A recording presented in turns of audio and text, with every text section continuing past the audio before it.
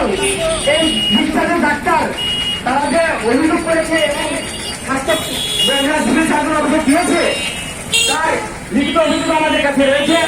তিনি আমাদের এই হাসপাতালের টাকা অর্থ আত্মসাৎ করে বড় বড় স্বাস্থ্য মন্ত্রণালয়ে তার আওয়ামী লীগ স্বাস্থ্যমন্ত্রী, স্বাস্থ্য সচিব তাদেরকে টাকা দিয়ে আজকে এই জনগণ এখানে টিকে রাখছে। কিন্তু আমরা বলতে চাই তার কোনো দেখাই নাই। আমরা সবাই চাবো যে উনি এই দুর্নীতি আখড়ায় ধরা খাক। এই আলোকেই এবার আপনাদের সামনে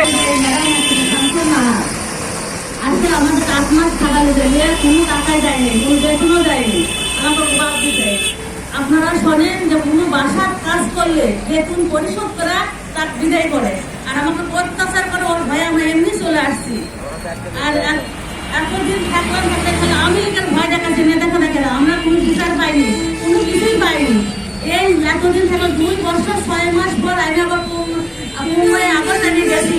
ওই 2জন লোকটা ওই নিজে আসে আউটডোরের থেকে আমি ওষুধ থেকে আমার ঘোড়াই দেখায় অফিসের রুমে 101-এর নির্যাতন করছে, মোবাইল তারা দিচ্ছে, লাগার পর সেনাপতির ভয় দেখাচ্ছে, পুলিশের ভয় দেখাচ্ছে, যার থেকে খালি ফোন দিচ্ছে। আমার খুব নানাস্থির করছে, করার পর আমি চলে আসছি। আমার কাছে দেওয়ার জন্য ফোন দিচ্ছে, লাগার পর চলছে। আমি তো জানি না, আমি পড়াশোনা জানি না। 4,000 টাকা দিচ্ছে, আর লেখা আছে মাত্র 9,903 টাকা, 3 টাকা।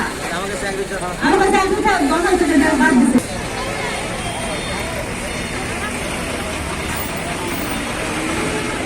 এবার